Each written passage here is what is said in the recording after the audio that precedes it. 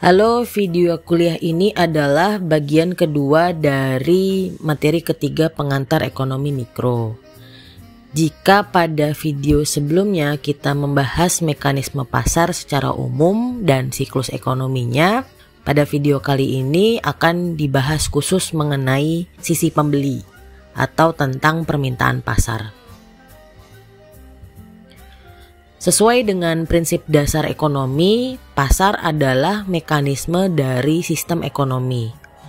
Di dalam pasar, pembeli dan penjual berinteraksi dengan menggunakan harga sebagai sinyal. Seperti tawar-menawar yang biasa kamu alami ya di pasar, mekanismenya.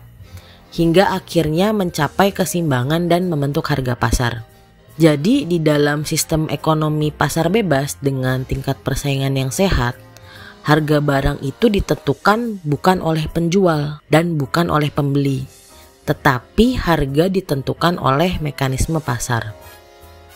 Nah, menurut aliran ekonomi klasik, mekanisme pasar inilah yang akan menghasilkan alokasi sumber daya yang paling efisien.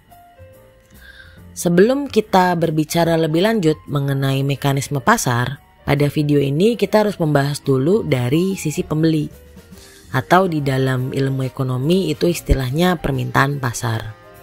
Permintaan pasar definisinya adalah sejumlah barang dan jasa yang diinginkan atau diminta dan mampu dibeli konsumen pada tingkat harga dan periode tertentu. Jadi definisinya ada 3 kata kunci ya. Pertama, jumlah barang dan jasa yang diminta. Kedua, mampu dibeli konsumen. Dan yang ketiga, pada tingkat harga dan periode tertentu. Nah, berdasarkan definisi ini terlihat ya bahwa faktor utama yang mempengaruhi permintaan itu adalah harga barangnya. Sementara kata kunci yang kedua itu kan mampu dibeli ya. Kenapa harus ada kata itu mampu dibeli? Karena sebenarnya permintaan pasar itu bisa dibagi menjadi 3 jenis menurut daya beli konsumennya. Permintaan yang pertama ada namanya permintaan efektif.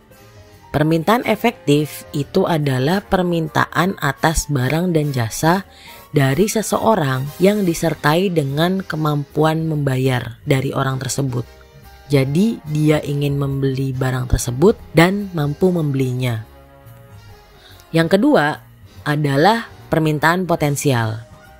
Permintaan potensial ini adalah tipe permintaan dari konsumen yang disertai kemampuan membayar juga. Tetapi berbeda dengan permintaan efektif, permintaan potensial ini belum dilakukan. Misalnya, seseorang mampu nih membeli emas pada harga 900.000 per gram, tapi tidak dia lakukan. Kenapa? Karena dia nunggu dulu misalnya harganya turun ke 880.000 baru dia beli. Itu yang namanya permintaan potensial. Permintaan potensial ini perlu ya diketahui oleh perusahaan atau orang marketing. Karena konsumen yang punya permintaan potensial inilah yang perlu dipengaruhi agar dia mau beli sekarang juga. Sehingga dia berubah menjadi permintaan efektif dan mendatangkan laba bagi penjual. Misalnya tipe-tipe pembeli atau konsumen yang bisa dipengaruhi dengan diskon harga gitu ya. Nah, yang ketiga jenis permintaan menurut daya beli ada yang namanya permintaan absolut. Tipe ini adalah permintaan atas barang dan jasa tetapi tidak disertai dengan kemampuan membayar. Jadi konsumen halu gitu ya.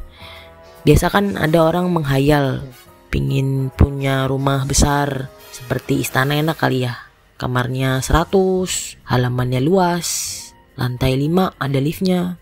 Tapi kalau disuruh beli ya gak sanggup. Itu adalah permintaan absolut.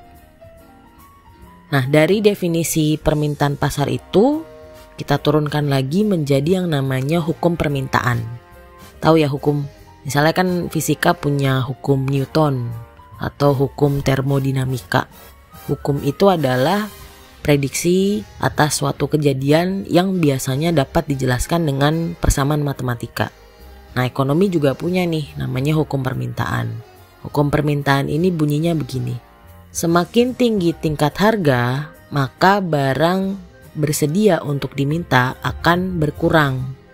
Sebaliknya, semakin rendah tingkat harga, maka barang yang bersedia untuk diminta akan bertambah. Misalnya begini, contoh paling gampang dari barang yang harganya sering berubah-ubah itu buah ya. Karena biasanya kalau buah lagi musim harganya turun, lagi nggak musim harganya naik gitu ya. Saya ambil contoh misalnya mangga. Mangga kalau sudah mulai musim itu rata-rata harganya 30.000 per kilogram. Saya sebagai penggemar mangga dengan harga 30.000 biasanya beli 4 buah. Nggak banyak-banyak ya, takutnya kebanyakan nggak kemakan, keburu busuk gitu. Suatu hari saya lagi kepingin mangga nih ke supermarket. Biasa lihat harga 30.000, sekarang harganya naik jadi 40.000 karena kebetulan lagi nggak musim. Tapi saya tetap mau beli nih. Cuma karena harganya lebih mahal dari biasanya, yang biasanya saya beli 4 buah, sekarang saya beli 3 buah aja. Sesuai ya dengan hukum permintaan tadi. Semakin tinggi tingkat harga, maka barang yang bersedia untuk diminta akan berkurang. Yang tadinya 4 jadi 3. Nah, lanjut nih ceritanya. Beberapa bulan kemudian saya pergi lagi ke supermarket. Pas kebetulan lihat harga mangga turun nih. Dari yang biasanya 30.000 per kilo, sekarang dijual 20.000 aja. Saya yang tadinya nggak ada rencana beli mangga, akhirnya beli mangga 5 buah. Karena lagi murah gitu ya. Artinya saya yang biasanya beli 4 buah, sekarang karena harganya turun, saya belinya semakin banyak. Semakin rendah tingkat harga, maka barang yang bersedia untuk diminta akan bertambah. Agar lebih mudah, kita pakai notasi aja ya. Harga itu notasinya P atau price. Permintaan itu notasinya Q atau quantity. Jadi ketika P naik, maka Q turun. Sebaliknya ketika P turun, maka Q-nya naik. Hubungan antara P harga dan Q jumlah permintaan ini disebut sebagai hubungan negatif atau berbanding terbalik. Jadi kalau yang satu naik, yang lain turun, yang satu turun, yang lain naik. Itu namanya hubungan negatif. Tapi Bu, belum tentu harga barang naik, permintaannya turun. Buktinya waktu awal pandemi masker harganya 1 box bisa 1 juta, tetap ada aja yang beli dan habis di mana-mana. Banyak yang cari. Berarti hukum permintaan salah ya? Nggak salah sebenarnya. Karena lihat deh, itu di hukum permintaan yang ujung itu kan saya kasih tanda bintang. Itu bukan salah ketik ya, tapi maksudnya ada syarat dan ketentuan berlaku. Syaratnya apa? Syaratnya adalah yang namanya ceteris paribus. Bahasa apa lagi tuh ceteris paribus?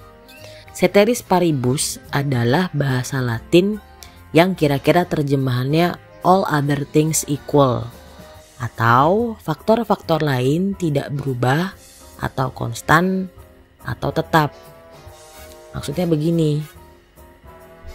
Karena kan sebetulnya memang harga barang itu mempengaruhi permintaan atas barang tersebut. Tapi yang mempengaruhi permintaan seseorang itu nggak cuma harga, tapi banyak. Ada pendapatan, harga barang lain, selera atau preferensi konsumen, tren di masyarakat, kegunaan barang itu sendiri, perkiraan harga barang itu di masa depan, dan masih banyak lagi. Nah, kalau salah satu dari faktor ini berubah, dalam kasus masker tadi, kegunaan barangnya berubah kan ya. Yang tadinya masker hanya digunakan untuk orang yang alergi debu, pada masa pandemi menjadi bagian dari protokol kesehatan. Kemana-mana siapapun harus pakai masker. Dalam kasus tersebut, artinya kan syarat dan ketentuannya kan sudah tidak berlaku ya. Tidak ceteris paribus lagi. Artinya pada kondisi tersebut hukum permintaan tidak lagi berlaku. Sekian video kali ini. Terima kasih.